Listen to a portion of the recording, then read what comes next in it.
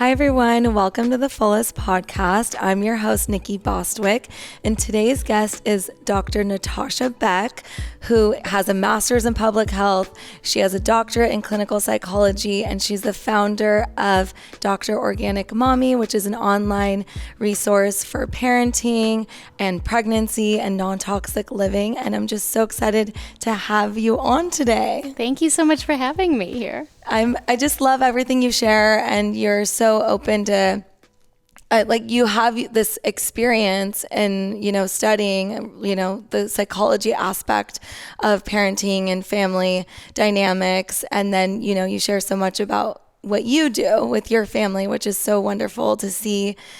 And I really resonate with the Waldorf and Rye philosophy and Montessori, and we share, a lot about that sort of thing on our platform. So our audience is really interested, but I wanted to have you on to kind of just first talk about how you got into this space to begin with. Sure. So as a child, I was actually diagnosed with ADHD and dyslexia, which is now known as reading disorder, a reading disability. And so I really took a deep dive trying to learn as much as I could. And I was lucky enough to be afforded lots of opportunities. And so when I finally took the path of getting my doctorate, I saw firsthand how, diet and lifestyle was really impacting kids. And so I started to change my own regimen, and I started to notice a lot of differences.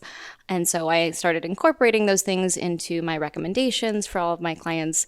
But it really wasn't until I had my first child that I entered the non-toxic living space, because he was hospitalized for 29 days when he was 7 weeks old. Oh my gosh. For a bacterial and viral infection.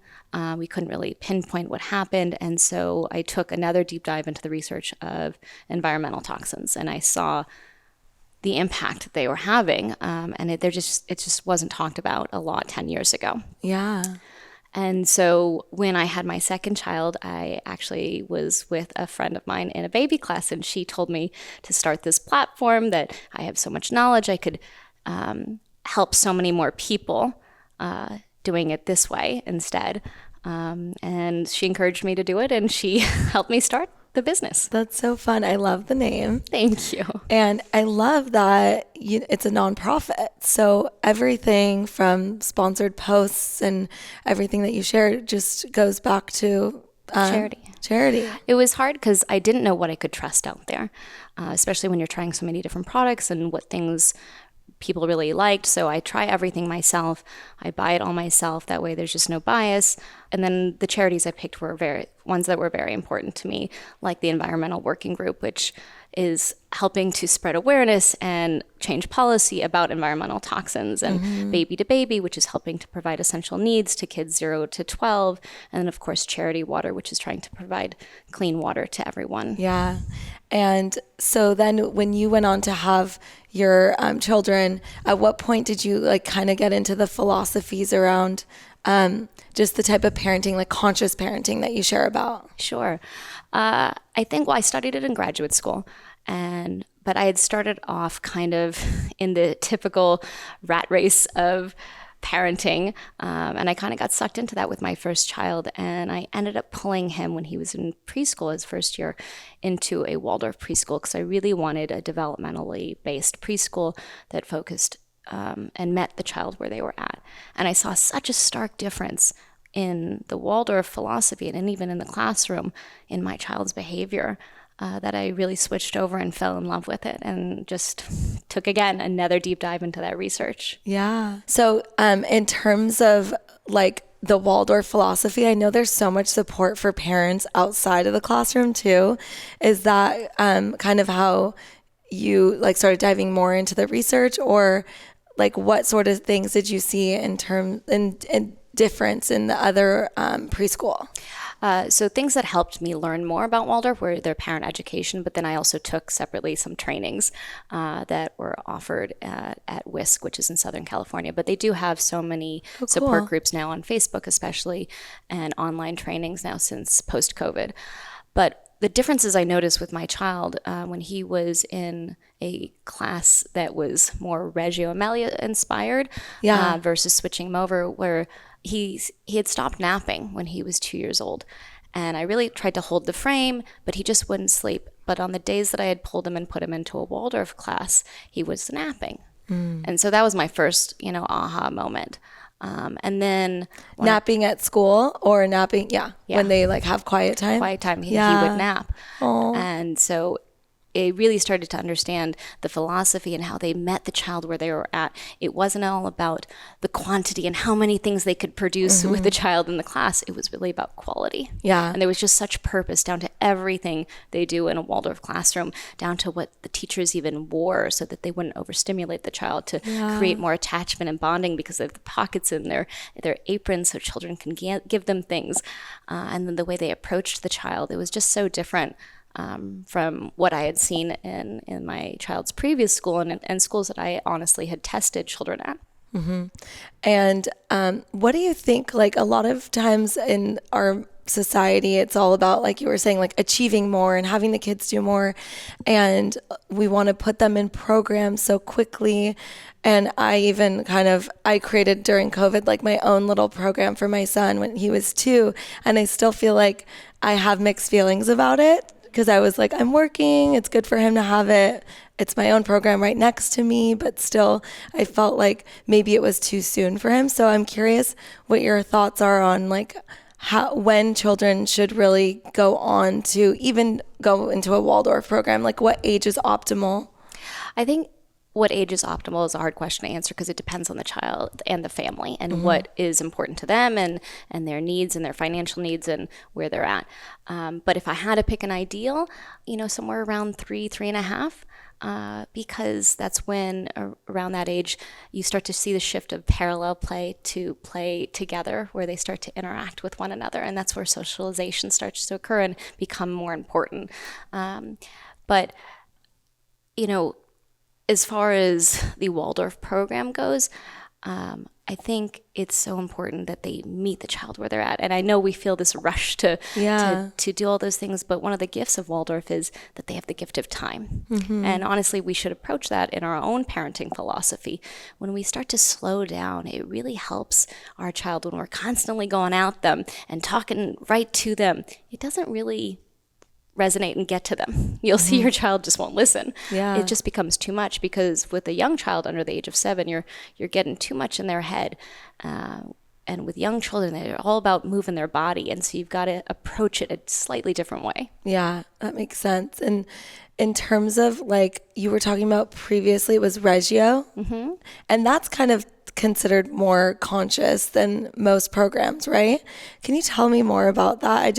I don't really know about that philosophy. Sure. It's based on a philosophy that's in Italy, and it really just works in Italy because, a lot of people, have that inspired behind it in the States, but it's a really more child-led and finding out like what the child's interested in. And so if they're interested in butterflies, they may then develop that week the curriculum based on learning about a butterfly. And so in theory, it sounds beautiful, but it's hard to actually implement when you don't have the rest of it. Like in Italy, they have the big, beautiful gardens, that they have the outdoor space, the teachers are cooking with the children. And so there's a lot more behind it there as opposed to the inspiration. Yeah, that makes sense. And like you were talking a little bit about socialization starting at that age. What do you think about homeschooling?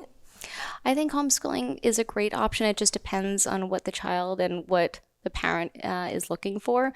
But you do need to incorporate, even if you are doing Waldorf, socialization is a big part of it.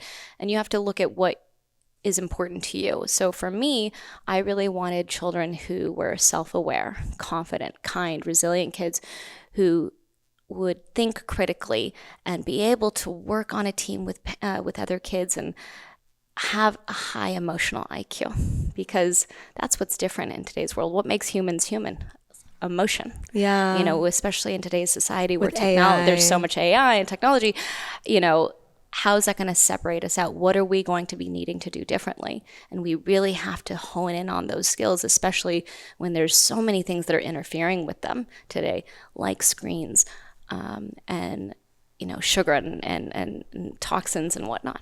Yeah, that makes sense. I love that with emotion, even though people are saying that now even AI can have, can have emotion. Yeah. Which is so crazy.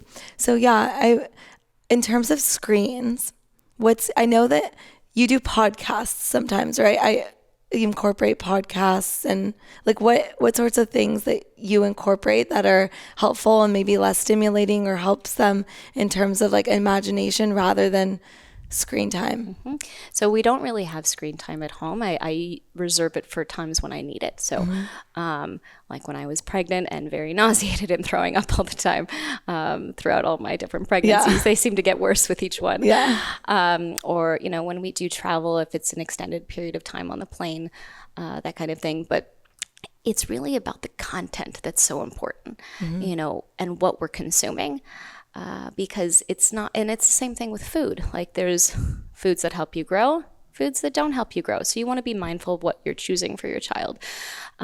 For us, I find that it just helps to not expose them to screens early on, because there's tons of studies out there, even showing that you're changing the chemistry of your brain with screens. Some children can handle it more than others, but in today's world where you have 1 in 36 kids diagnosed with autism, about 1 in 10 kids diagnosed with ADHD, it's really hard. And so we have to be mindful about what we're giving our children.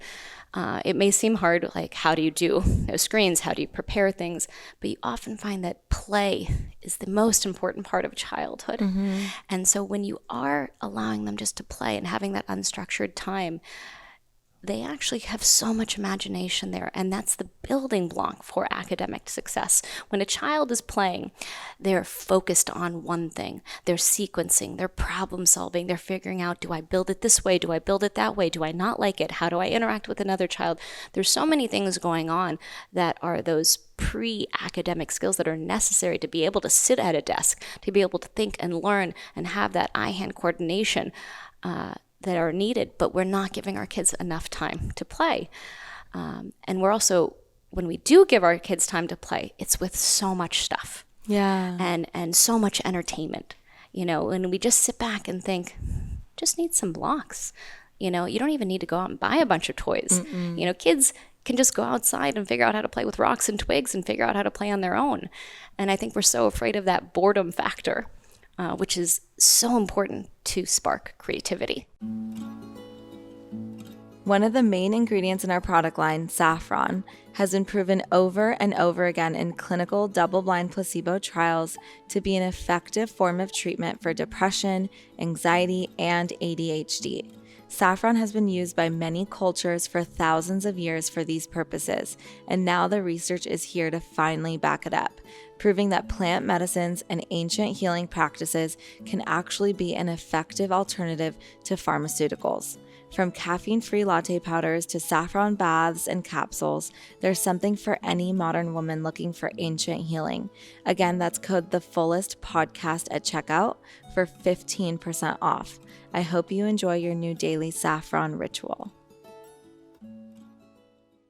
What's your argument with people that might say, well, if they don't learn screens now, they're going to be behind? I've heard that so many times because we don't have a TV at our house. I found that it would just be easier to not have it and model it ourselves as well, which having an online-based brand can be difficult too, like needing posting and stuff. And I try not to, make sure someone else is like hanging out with them and they're able to do their own thing if I need to go do that.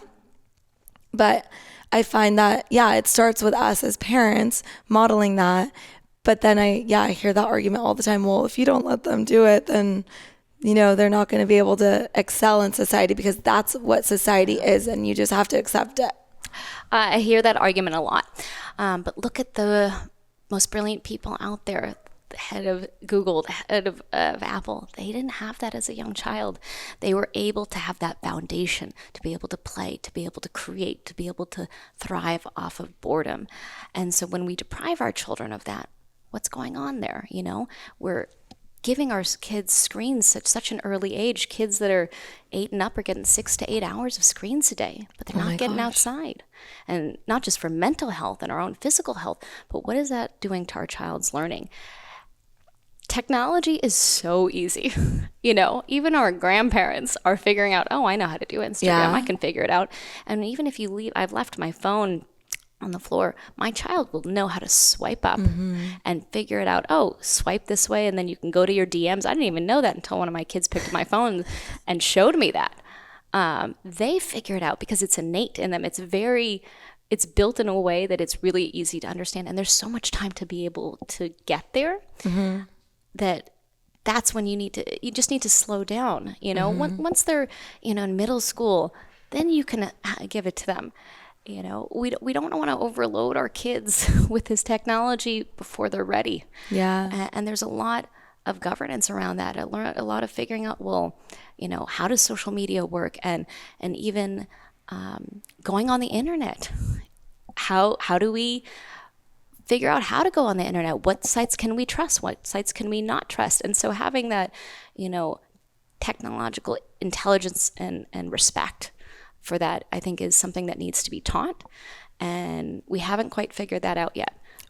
How old is your oldest? My oldest just turned 9. Oh my gosh. And is your oldest asking to go on the internet and do that? Or because I'm trying to figure out, in terms of friends, or my sister, for example. My sister totally respects where I'm coming from, but she's also like, I like screens, I like TV, and she has a son that's 3 months older than my daughter, my younger one, and she's like, when we're around, she tries to be, tries to watch the screen time with her son, but he's already on the screen watching stuff and holding a cell phone.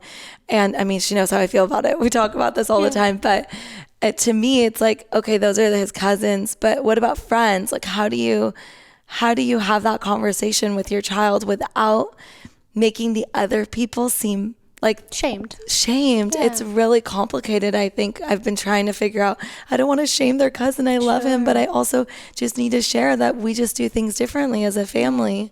Oh, well, I think that's, you say we do things differently as a family. It's not to say that one way is right or wrong. This is just what works for us.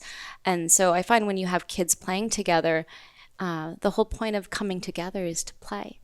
To converse. Yeah. And so when you're on a screen, it doesn't allow that. So maybe it seems like the child's not ready for that. Yeah. And as far as, if they want to have screens in their family, that's totally fine. And, my child will ask in every now and then, can we watch soccer? And then my child's really, my oldest is very into soccer, and he loves cooking. And so, we're starting to slowly introduce those types of shows on the weekend, not during school time, not during the week.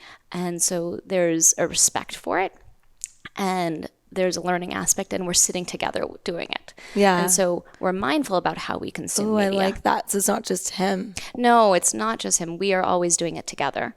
Of course, there will be times where he's doing it on his own when we're traveling and or not feeling well. But honestly, I tried to redirect his focus into something else he can do. Because if we're constantly giving our kids screens, what are we doing? We're getting dopamine hit after dopamine hit. And so they're requiring more stimulation from their environment. So if you are seeing even just a planet Earth, and you see an episode of all this amazing animal eating all these things, and it's all sitting right there. When you go into a hike and you see your natural environment and you don't see that right away, you get bored. And you think, well, where's the action? It's so true. I had that moment myself years ago. I went to Hawaii with my family, and we went and saw one of the beautiful waterfalls. And my dad was just like, wow, this is so amazing. And I was looking at his wonder for the waterfall. I was like, that's so beautiful. And I feel a little bit robbed of it because I see pictures like this 24/7, whereas my dad's not on social media or anything like that. And that was kind of the first moments for me where I was like, wow, we're just bombarded with this sort of marketing or any sort of imagery all day long, where this is a moment where anyone else would go in nature and be just so amazed. And of course I still am and was. Sure. But we're robbing our kids of that engagement. Yeah. How do we get kids to interact with one another and appreciate society and what our environment has to offer is engagement. And so when we're constantly being stimulated, even with the bright lights or the sounds or the moving camera back and forth and all the different characters, when you sit in real life, it's not as interesting. And we're not even getting to the side that's like, when they're teenagers and what they're being exposed to, and even young children just being exposed freely to YouTube Kids and unfortunately what they're being exposed to on there. Yeah. Do you see a difference in your kids who have less screen time and you're so much more mindful about it when they do get it? Like, do you see the difference even yourself in like behavior? Mm-hmm. I do see it, when they get to have it too much. I do see I see a very stark difference in their behavior in terms of how they're able to regulate themselves. Of course, all children need to figure out how to regulate their feelings, and your job as a parent is to teach them. But when kids have too much screen time, they get really dysregulated and they don't know how to kind of center it back. Mm-hmm. And so as a parent, it's your job to do that, but it makes it so much more difficult when you do have those screens. So when I have these simple plans for a lot of parents that I consult with. If you just detox, give me a month. If you just give me 1 month, I will 9 times out of 10 see a huge difference. Wow. And I have parents coming back saying, I'm not going back, because their behavior is night and day. Kids will, of course, still have tantrums and still need that help to figure out how to regulate their feelings, but it's a night and day difference in terms of the everyday to day. Mm-hmm. And so let's talk about food too, because I'm sure food is part of your program, yes. Right? So what is your recommendation to parents when it comes to just eating differently? And it's different what we do for ourselves. I mean, my whole philosophy around food is like a pregnant woman or a postpartum mom or someone on their period is going to eat differently than their child or their husband or whatever we all have. But the core, the foundation of the food that we eat and the philosophy around that, I'm curious. So it starts with something that Ellen Satter created, whereas you as the parent decide what and when your child eats, and you're providing that rhythm and consistency as well. The child decides how much and if they're going to eat. And I think constantly we get into this just battle of like 3 more bites and then you can eat this, and that's that control as opposed to that teaching. And we want to get back to the teaching. Well, let's think about what are the foods that help us grow. We need protein, we need healthy fats, we need fiber. So my kids are constantly asking themselves, I want to be able to make my snack plate today. Great. What do we need in our snack plate? And so they've heard me narrate this over and over again. So they may not be listening in your eyes, but they are. Mm-hmm. Kids are always listening. And so they pick up on those things. So you have to model it as a parent. So you can't expect your child to always eat healthy or only want to eat a vegetable if you're never doing that. Yeah. And so if you have those things in your home that are full of sugar, processed foods, artificial dyes, it's very hard for your kid to say no to that. They have no executive functioning. Their frontal lobe, their prefrontal cortex is not developed, and not until their early 20s. And so you have to be the one to kind of help set that tone and help educate them. And that's really what it's all about, modeling and educating. Mm-hmm. And what do you do when it's like holidays or we just had Easter or Halloween? So it's not about restriction. Mm-hmm. I think we get into this mindset of like, okay, we can't have any sugar, or we go too far and we let them eat whatever they want because I don't want them to have an eating disorder. It's about trying to be mindful and conscientious about how you present. And so, of course, you're going to have, sugar during events and whatnot, but being mindful, okay, we're going to scale back about, being understanding that bedtime's going to probably be a little bit rough. And when you do give them sugar, I always say, try to stick with organic, my number one thing is I personally won't do is artificial dyes. Yeah. Artificial dyes have very much been shown in studies to be correlated with inattention, having sleeping problems and increased behavioral issues. And so I really refrain from using artificial dyes. And what's interesting is that they're banned in other places.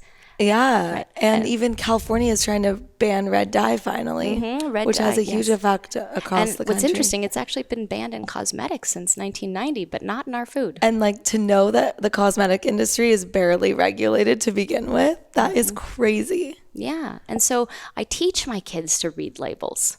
And so let's look at this together, even if they can't read. Let's look and see what these things are. If they don't know what it is, should we be eating it? And we look things up together. And that's part of the slowing down and the educating part. So if you slow down with them and say, let's think about, do we want to put this in our body? And let's try it. Let's see how our body feels afterwards. Did you not feel so good? Was it harder to go to sleep? So we're teaching our kids to pay attention to what their bodies are feeling. And so when you make that connection, it makes it easier down the road when they are influenced by peers and they are making decisions on their own, because you set up that foundation. Yeah. And it's not too late ever. If you feel like, oh, my kid's already eating sugar and artificial dyes, it's never too late. It takes anywhere between 2 to 6 weeks to break a habit with kids. So just give yourself time, be consistent, and know that you can make it over that hurdle, but it requires a lot of follow through on your part. And I love just inviting them in on the conversation and the thought process, because like you said, you're teaching them to then go on and have just the ability to make those decisions on their own when the time comes. So are you finding, how old's your youngest? My youngest is 14 months. Oh my gosh, so sweet. What a wonderful opportunity for your 9-year-old to really learn how to take care. And my 7-year-old, my 4.5-year-old, they all kind of interact with one another and see the different stages of development and what they're allowed to do. Like the 7-year-old will see, the 9-year-old is allowed to watch some screens. Well, how come I don't get to? Oh, so it is different. Like you'll say, different. Oh, well, he's older. Yeah, in good time. In time, you will be able to. So what do you have like the 7-year-old do? It's usually she'll have some quiet time. My 7-year-old is a crazy, ridiculous sleeper. And my other ones aren't always. She'll still take a nap. But quiet time, or even in the evening when they go to sleep, my son will get to stay up a little bit later on the weekend, and we'll watch something with him. You have so much time to have those fun moments, to engage in all of that great media, because there's a lot of great media, and we're excited to show that with them and participate. But you want to do it together, so it's something that you can share. I really like that tip, because I think, yes, sometimes it's great to use as a tool, like you said, if you're feeling sick or if you're traveling, and that's just something that, you want to introduce to them during that special moment. And again, the content is important. So like I'm in the middle of writing up a whole guide on screens to let parents know, okay, this is what's high quality content, just like there's high quality food. It's the same with our media. There are some shows out there that are just garbage. So tell us about some of your favorites. Well, I love old school Mr. Rogers' Neighborhood from the 70s. He was such a gift, Fred Rogers, and everything he spoke about I just truly loved. But there's like, if you give a mouse a cookie, that's slow, that has kind messages. A lot of the shows out there, you want to look at the messaging too. Not just like this overstimulating and how many frames per second, the show has, or how colorful or bright are the songs and how many characters, but the messaging. Are there kind messages? Because often I find, people will be surprised that I'm not a big fan of Daniel Tiger. Oh, interesting. Oh my gosh, I'm so glad you told me, because I just introduced it. Especially for children under the age of 7. The problem is they present the behavior, the problematic behavior, and then they present the solution, right? Yes. But under age 7, they can't actually make that connection. So you'll see when kids get mad, they'll stomp their feet. And when I'm working with a parent and they'll tell me that, my kid's constantly stomping their feet when they get mad. I'm like, did they watch Daniel Tiger? And they're like, how did you know? And I'm like, because there's an episode dedicated to when I'm mad, I stomp my feet. Because they're watching it. They're watching it, but they're not getting that solution of, okay, well, how do I regulate my feelings and the song to sing when I'm upset, and how do I calm myself down? They don't get to that point because they can't make that connection. That makes so much sense. I've only introduced it through like a podcast. But even then, there's some that I was like, this is interesting, but I love Mr. Rogers so much. And then I wasn't like expecting It's actually a great tool for parents. Yeah. And it was originally developed that way to help parents figure out how to parent and teach their kids. it's not great for kids to actually consume unless you're sitting with your child and you're working with them and doing it in the moment. But even still, you'll see some of those problematic behaviors because it is very overstimulating. The colors, the lights, when he goes into dreamland and there's stars everywhere and there's so many different characters and so many different movements, you'll start to notice you can have a headache from watching it. When you watch some of these shows, like, I want to throw things out there, like Coco Melon, sit and watch it. It gives me a headache. Wow. And I'm overwhelmed, and I've already been desensitized to media. Yeah. You know, I've watched it a ton, and I wish I wasn't robbed of that opportunity, you know, and I see it now. I have to take breaks because it becomes too much. And, you know, there's studies by Nicholas Kardaras, who's a famous psychiatrist who's written books like Glow Kids and Digital Madness, who has looked and evaluated all the studies on screen times with kids. So if you have a partner or someone who doesn't understand or wants to learn more, you can introduce those books and let them know there's tons of information available about the impacts of screens on kids. So do you guys do podcasts? Or do you find that podcast time is same as screen time to you? Well, it depends if it's a visual or auditory. The auditory, yeah. Yeah, so I've used something called Sparkle Stories, which I love. So we do that, you know, if we're on the road or traveling. But honestly, even in the car, I want them to have this reverence for the beauty that's around us. And we constantly, even when we have music playing in the car, it's such a difference. And I even did, you know, whole reels on this on my page. And I had parents reach out to me, and they couldn't believe that when they actually turned the music off, there was so much rich, deep conversation that you have in the car with your child. Yeah. And so it allows for that time, not just to calm down after, you know, being picked up from school so that they can have that closure for themselves and downtime, but they want to actually converse with you. And they have that time to have that deep introspection and appreciation for the beauty around them. I know, that's beautiful. I rarely listen to music in the car myself because I feel like I must have like some auditory, like sensory stuff. It's just like I get stimulated so easily. So when there's like music and then one of the kids is like someone's crying and then someone else is trying to talk to you, like I get so overwhelmed where I'm like, let's just cut the music and then like really sit with them. But I don't know, some people love that. But some parents need music, and like, look, I'll listen to music on the way to pick up my kids because I kind of need that time to decompress and to zone out. But when I'm there, when I pick up my kids, I'm ready to be present. And of course, like you said, sometimes, you know, this child's fighting with this one or this one's crying, and that's where you want to have time. You look at time, slow down. Time is a commodity now, you know, that's so precious. And so if you have the chance to just pull over and say, I think we need to talk about this. Everything is so loud for my ears. They're hurting my ears. You know, let's think, how can we be calmer when we start driving? Because it's my job to make sure everybody is safe. And I can't keep everybody safe when we're so loud because it's distracting me from driving. And You're so calm. I love it. I want to be like one of your kids in your car. Yeah. What do you think about traveling? You know, you were talking about just like go, you know, as we're just all about go, but having the opportunity to travel with your kids and share with them new experiences is so beautiful.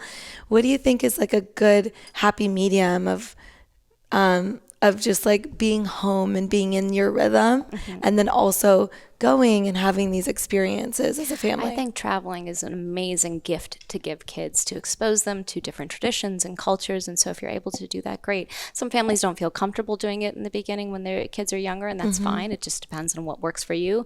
For my family, we love to be able to expose our kids to that type of thing. So I think there's a happy medium. When you do travel, the important thing is to incorporate some kind of rhythm. So we always get up at the same time, we have lunch at the same time, you know, and we try to hold that rhythm even in the evening where they have bath and they have books and then we put them down to bed. And so things can be thrown off for a few days here and there, and that's fine. But overall, you want to make sure you're consistent in that rhythm, and having those stability points helps a child feel safe. Yeah. Even with us, if you have your morning routine where you have your saffron tea or your matcha in the morning, if you don't have it one morning, it does throw you off for a little bit. And if you don't have it for several days, it can throw you off. Yeah. And so imagine what it's like for a child when their rhythm is thrown off. And rhythm is so important for kids, especially from 0 to 7, but even beyond that, to feel safe. Yeah. And with that, like, would you say that weekend trips are like more dysregulating than like maybe a week-long thing where you kind of get in a rhythm while you're gone? I think both are fine. It just depends what works best for you and your family. When you do have those weekend trips that are short, it's harder to get back on track, to get back into the groove for school. And so you have to recognize that your child will be more dysregulated, and it's not on them. It's on you. Yeah. So yeah, of course we do that. But then my kids are having a harder time readjusting to school, getting up in the morning and doing, getting through the routine, and you have to ask them 100 times to get dressed. You don't want to do that. You want to slow down and think, all right, I know what are my expectations. I'm going to have really low expectations the next morning from a trip because it's going to be really hard on them to get back into that groove. So I'm going to give them time.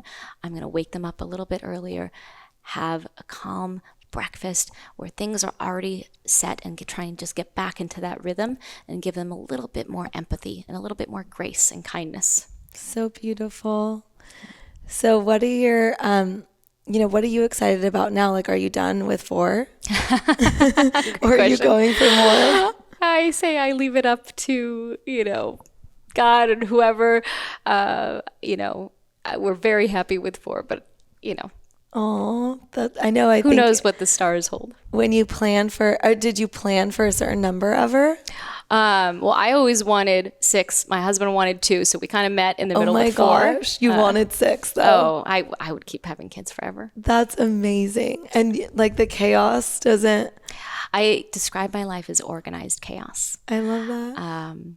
But it's fun, and I love seeing how the kids interact with each other, and all the different stages of development. It's so fascinating to me if you just sit back and watch and take the time to observe. The days are long and the years are short. And so if you keep that in mind, you tend to appreciate more than of what you have in the moment. And you have 2 dogs, or? We also have 2 dogs. 2 dogs, yeah.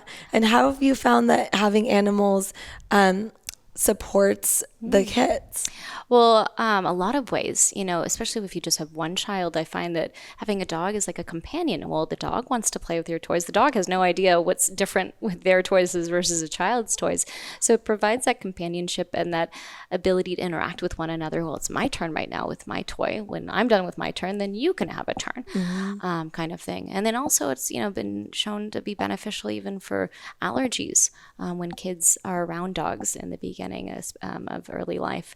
And so there's that added health component. Yeah. And then in terms of, you share a lot about pregnancy as well. I know we talked a lot about parenting, but like, what are your top like pregnancy things for moms to be aware of? Because I found a lot of times like it can be so overwhelming, and there's just so much information, and sometimes it's overwhelming. Like some women don't even want to dive in, and then they find themselves, not prepared for what's to come, which is a lot. Yeah. So yeah, what are some tips? Less is more.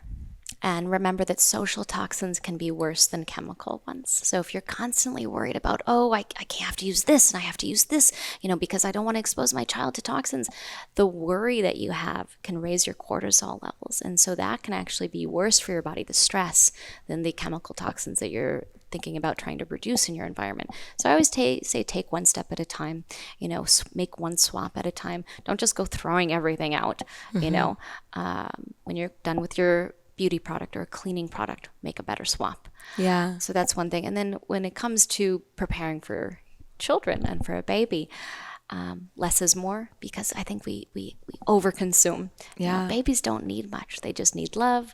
They need diapers, some swaddles maybe, some sleep gowns, and a place to sleep. Did you ever co-sleep, or did you have them in their own room? So I didn't co-sleep. I didn't have the baby in the bed with me, but I had them in a bassinet next to me. And so that's what worked best for my husband and I. I was always worried about my husband rolling over on the baby, so I was not going to take that chance. Yeah. And in terms of like getting enough sleep, you found that it was nice. Like you'd get up. Were you the one that would get up and change and nurse and do all that? I did have a night nurse with my children, with some of my children, and so I did get up to nurse because I breastfed all of my children for over a year, and my 14-month-old, I'm still going strong. But I was always the one to get up and be with the baby. And for me, I think it was such a great bonding moment. Yes, you feel like, you have that lack of sleep. So I'm personally have always been really good about being able to nap when the baby naps. Yeah. And so that's a skill that I've had since I was a child. And, sometimes I will take contact naps. If my husband's not in the bed with me during the day, then that's fine. I can sleep with the baby. Yeah. And so that helps with your milk supply, and having those contact naps is such a great thing to be able to do if you can do those things. With my first, I did it all the time because I loved it. But then with my second, I wonder if you had this because now you have 4 children. Did you ever feel like sad, or you were like mourning the loss of like your time with your children because now you had someone else to take care of? And did you feel bad taking those contact naps basically? I think when you have older children, they develop a resilience, and they see the attachment that you have with the baby, but they also get a different attachment that they get to have with the baby and with other adults in the world. And so I think that's so important, to create healthy attachments with various people and not just you. Yeah, that's so good. And also their relationship with their dad too. If you're lucky enough to have a partner that you're parenting with, I've definitely seen a transformation because it was like all me. And then I was like, oh, you get to go do that with him. That's so fun. But I get to stay at home with the baby. And so I think it's just being mindful of like having various interactions and seeing what they're gaining, and just having that change in your mindset and your perspective of what your child is gaining in those other relationships that they have, not just with another parent or a family member or a friend or a caretaker, but also with their sibling. Yeah. So beautiful. Thank you so much for coming on and sharing with us. Can you share a little bit about how people can find you and connect with you? Sure. I have a platform called Dr. Organic Mommy, Dr.Organic Mommy, on Instagram and Facebook. I also have a website, drorganicmommy.com, with lots of information there where you can reach me and find what I like to teach and educate people about. Thank you. Thank you.